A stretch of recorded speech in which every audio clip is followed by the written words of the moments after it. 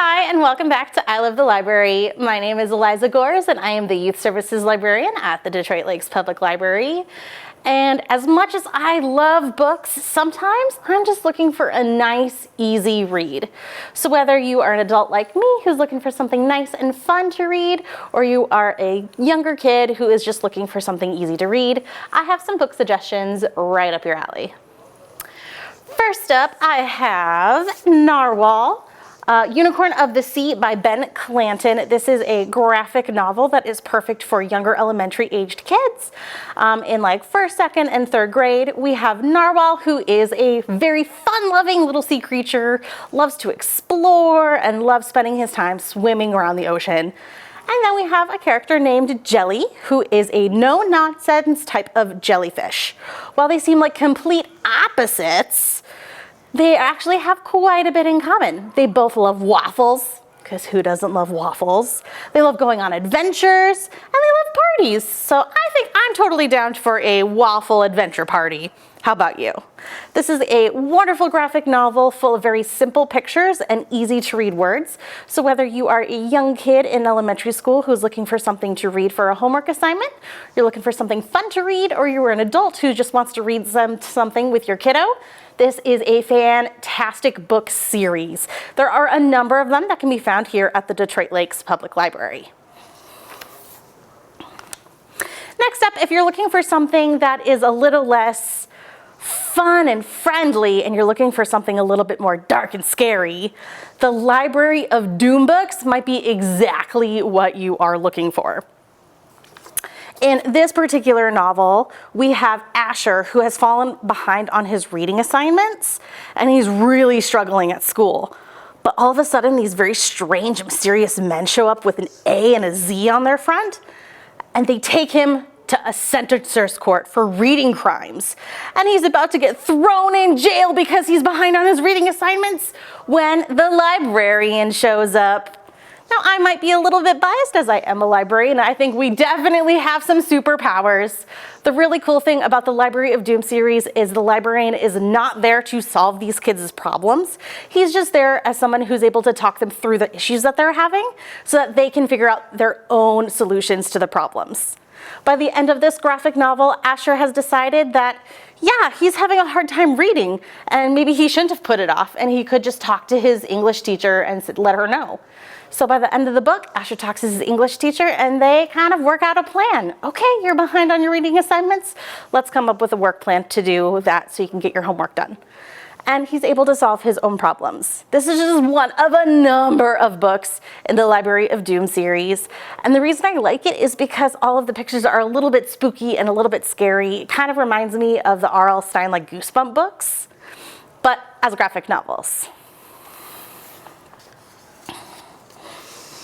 Next up, I have another graphic novel that I think you guys might be interested in. As someone who absolutely loves fairy tales and reading tons of different fairy tales, these not your quite traditional fairy tales was such a great wake-up call. In this particular book, Not So Sleeping Beauty, we have Ava, who is so bored reading fairy tales. They're so predictable when she falls inside of a storybook. When she looks around and figures out she's inside of the Sleeping Beauty fairy tale, she's like, I wonder if I can make this story better. And she ends up meeting Briar Rose, our titular character in the Sleeping Beauty series. Now, she lets Briar know, like, hey, it's kind of weird that you got cursed and you have to sleep for 100 years. That's like so not cool. And Briar's like, yeah, why didn't anybody tell me? It's my birthday, it's my life. How come nobody said anything? So instead of just going on with her fate, getting cursed by the evil fairy, and having to sleep for 100 years for some dude she doesn't even know to kiss her awake, Briar Rose and Ava decide to take matters into their own hand and travel off to see the evil fairy, who you find out just happened to have a really bad day and was just really sad that she never got invited to the party. So once they have a nice conversation with her, they find out, well, no, while I can't remove the curse, I could change what the curse is about. So instead of sleeping for 100 years, she only has to sleep for 100 seconds. That's like not even 2 minutes. So after she takes her very short nap, the curse is broken and now she can party and have a great time at her birthday party with everybody else in her family who no longer has to sleep for 100 years. This is part of a brand new book series that takes a bunch of wonderful little fairy tales and turns them on their heads. So if you are looking for a fun fairy tale retelling, these untraditional fairy tales are your go-to books.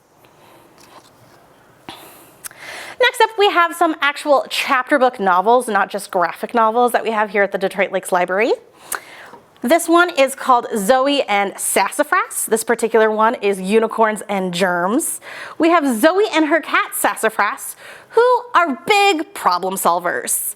In this particular book, this gigantic, enormous baby unicorn shows up at her house and is not feeling so great. So Zoe uses her deductive skills and her science experiments to figure out why this poor baby unicorn is not feeling well, and learns all about germs and bacteria and how sometimes being sick is not really your fault, but there are definitely ways that you can do to make yourself feel better. I really like this because it takes STEM and science and makes it really easy to understand for younger children in elementary school, so they can start doing their own deductive reasoning and science thinking. This is a book series that you can check out here at the Detroit Lakes Public Library. This is book number 6 in this series. Last up, we have The Library of Ever, which, I mean, come on, we all know, I love books. I love reading. Give me a book about a library and you already got me hooked. But this one was even better than I could imagine. In here we have Lenora, who is aged 11, and she is B-O-R-E-D, bored. Her parents are traveling all over the world and she's stuck at home with her nanny. So when they go out on an outing, they decide to go to the library, one of my favorite places. And while she is there, she discovers a secret library within the library with maze-like books and bookcases and staircases and all of this everywhere. And she gets hired as a 4th assistant apprentice librarian.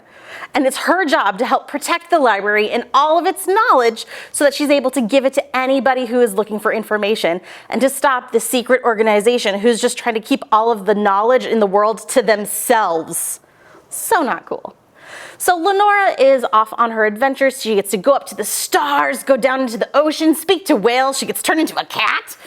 There's so many different things that she's doing, all to protect the knowledge and all of the things that are happening in the library, which is one of my favorite things about working at a library, is I'm here to help you guys find anything that you guys are looking for. So whether you guys are looking for graphic novels, chapter books, something a little easier to digest when your brain is just filled with all the things happening in the world, I'm here to help you with suggestions, and I'm always looking for your suggestions. So if you have books that you'd love to recommend to me, come visit me here at the library. And I'll see you next time you stop by. Bye!